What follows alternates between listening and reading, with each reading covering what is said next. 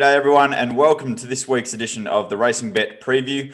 I'm your host Tim Geers, joined by Trent Crebbin. We'll be taking you through our best bets on Saturday, June 26th, which is the final day of the Brisbane Winter Carnival. We wrap things up at Eagle Farm with the Group 1 Tatts Tiara, and over in Melbourne we're heading to Caulfield for a pretty well stock standard winter racing card.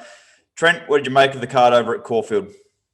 Yeah, it is a bit of a battler's meeting. Kind of benchmark races all across the card. I think, there's one race I'm very keen to play in and a few others that we can just chip away at. But yeah, look, I think we've got finals day at Flemington next week, which will be a good meeting as it normally is. So we'll keep betting on, and we've been getting a few good results lately. So hopefully we can keep that going.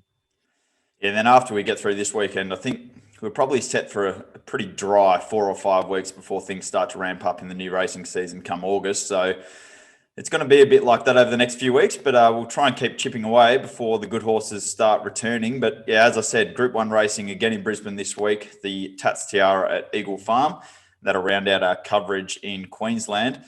We'll take you through our best bets. We'll start in Brisbane, Trent, then we'll come back to you in Melbourne, and then we'll take a look at the weekend's Group 1 race. So we'll waste no time. Eagle Farm, my best bet of the day is going to come up in race number 4, and I'm with horse number 6, Lagrisa. Now, it's an interesting sort of race. We see the favourite, Polly Gray, who's around the $2.40 mark. To me, she's a horse that really appreciates wet ground. I think, all you have to do is look at her record, and you can see that her best racing is done on wet surfaces. She's had, I think, 22 starts on wet ground for 9 wins and 6 placings. She's had 10 starts on good tracks for 0 wins and 3 placings. So while she's still comfortable on good ground, I think this is going to be a rock hard Eagle Farm track, and I think she's a little bit vulnerable.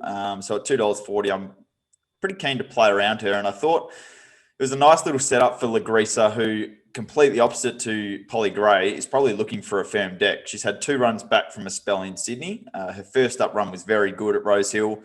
And then while she wasn't flattering last start at Rosehill, I do think, as I said, she's kind of not at her best on wet ground. She's had 10 starts on wet tracks for just 2 minor placings, where if you look at her record on good tracks, she's had 10 starts for 4 wins and 3 placings. So barrier 1 here, James McDonald booked for John O'Shea. They're always an imperious combination. Third up from the spell, finds good ground, finds a suitable race. Pretty keen to play on her, $5.50 each way. That'll be my best bet of the day at Eagle Farm. Also something small on Windermere at double figure odds in that race. Move on to my best value bet of the day. Comes up in the lucky last at Eagle Farm. And this is a horse that went into our horses to follow file first up.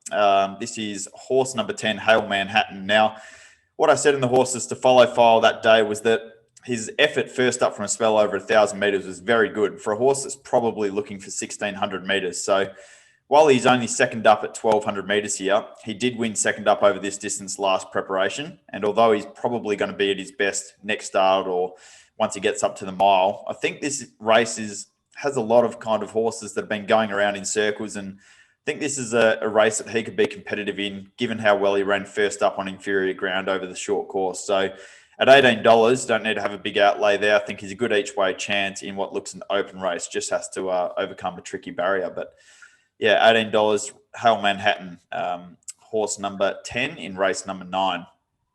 Trent, over at Caulfield, you're pretty keen this week. You've opened the shoulders with your best bet on the card. Race number 5, horse number 6, I'm Thunderstruck, currently $1.90 across the board, and you've outlaid something like 6 units in the race. Yeah, I'm pretty keen to bet in race 5. I'm Thunderstruck. Look, it's not too hard to find him. Obviously, he's $1.90, but he does look the clear best bet of the day. He's just got so much upside, this horse. Like, he's only had the 3 starts. He was a really good winner on debut. Last prep over 1,200 metres. They threw him in the deep end at start number 2. He went straight to a Group 2, and it was one of the most brutally run races I think we've seen all year. And understandably, as a young horse, just an inexperienced horse, he got lost a little bit there, but still ran well. He returned after a spell on a heavy track at Sale and was very dominant in a Class 1.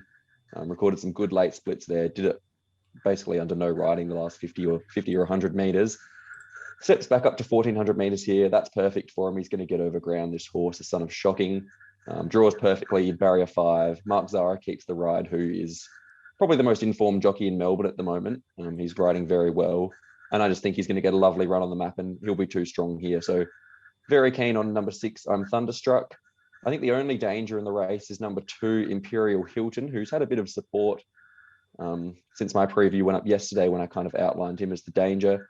Coming off a really good win at Morphettville where he was backed off the map there, started almost even money, bolted in by about 4 lengths.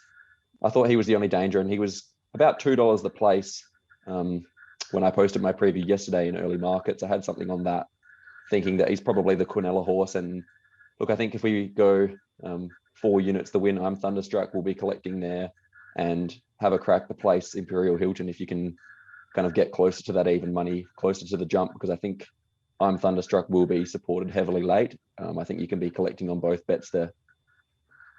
Okay. And generally when you open the shoulders with these best bets, they tend to win. So keen to see how he goes. We'll move on to something at a little bit better of a price. And this is race number 8, your best value bet on the card at Caulfield. Horse number 12, Fundraiser, currently $10.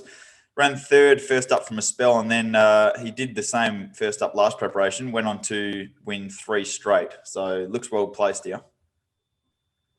Yeah, he does. This is probably the hardest race he's contested in his career up to benchmark 84 grade. But I thought he ran really well first up at Swan Hill in an average kind of race there. But he had to carry 61 kilos as the class runner, kind of stepped a little bit slowly, hit the line really well. He looks suited stepping up here to the 1400 meters. He draws well in barrier 2. Again, Mark Zara takes the ride, which is just a huge positive at the moment. Gets through all kind of grounds. He looks to probably settle in the first, probably the first 5 or 6 in running. I just think he's going to get a really nice run on the map. And I think he can progress through the grades this prep and keep his good winning record intact. And yeah, I think he'll give good side at $10 and around 320, 350 the place he is. So yeah, he's my best value of the day. Race 8, number 12, Fundraiser. Okay, we'll now take a look at the Group 1 Tatts Tiara at Eagle Farm, and this is a fairly open race. I think we're playing $5.50 the field here. I know you're keen on one.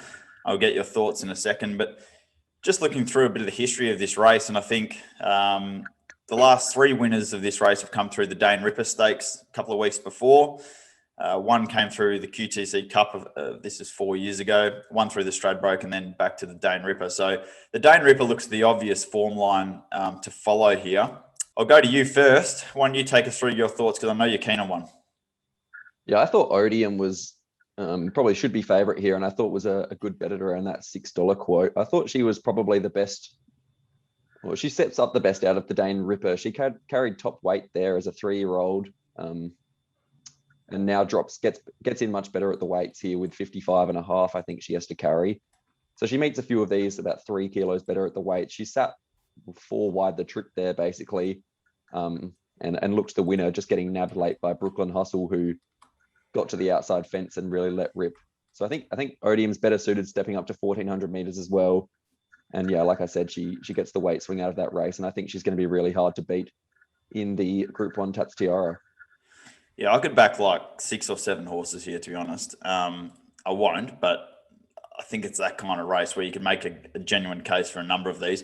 I'm with you. I've got Odium on top, $6 for all the reasons you've just outlined, so I won't go any further into that. But I did tip her last start when she basically looked the winner after sitting 4 wide the trip and then got run down late. So happy to stick with her, hoping that James McDonald is allowed to ride her. Agree, Tefano the Danger, obviously coming off a last start win in the Stradbroke Handicap. A few others that come through the Dane Ripper, as I said, looks the main form line to look at.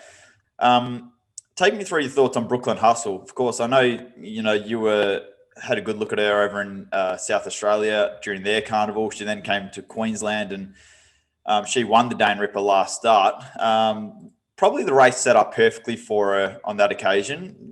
By that stage of the day, they were swooping down the outside of the track. She just got the perfect suck into the race, given a great steer by Craig Williams, and found the fast lane down the outside fence. $14, is that a backable price here? Look, it probably is a backable price. I think there are a few knocks. It was a bit of a query stepping up to 1300 meters last start. Now she's got to get to 1400 meters again.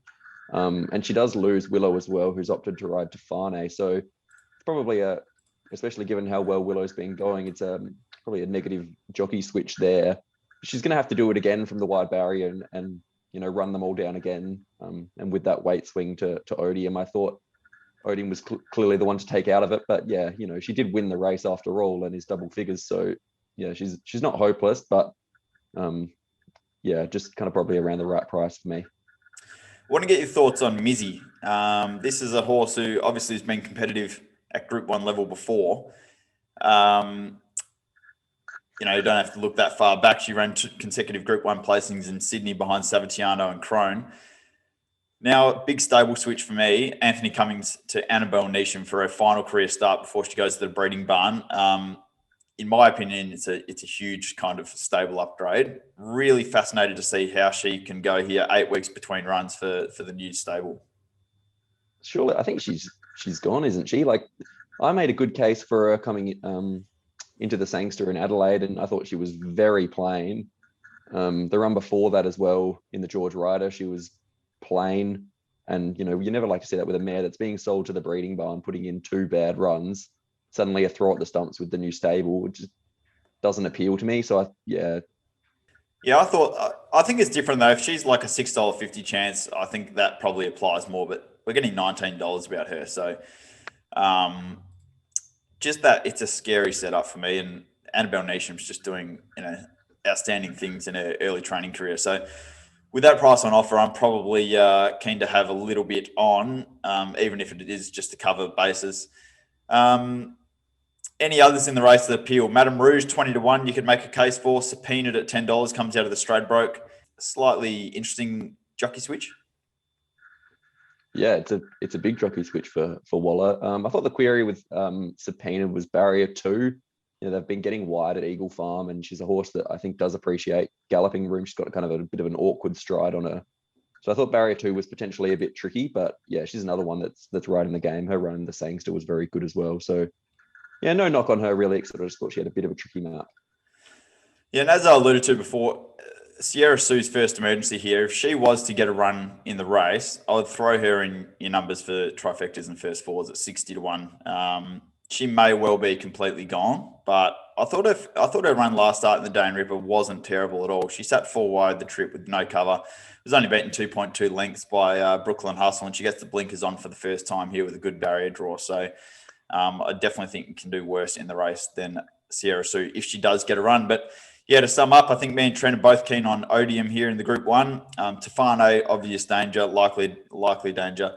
And yeah, if you're looking for a couple of blowouts at odds, I could definitely recommend Mizzy, Sierra Sue as the complete knockout in the race, and Brooklyn Hustle can win again, $14. Trent, any other thoughts? No, Odium's probably my best of the Eagle Farm. Give her strength. It's a big call. All right, we'll have 4 states covered once again this week: WA, Queensland, New South Wales, and Victoria. You can find all of that on racingbet.com.au. The Hong Kong season's wrapping up, but we'll have racing again at Sha Tin on Sunday afternoon, so make sure you tune in for that one. Had a really good night at Happy Valley on Wednesday night. So long may the winners keep coming in Hong Kong. And Trent will be back to do it all again next week, looking at we'll be back to preview Melbourne and Sydney. I think this wraps up the Queensland Carnival. So hopefully we can get through this next month or so while the good horses start to reappear ahead of the new season.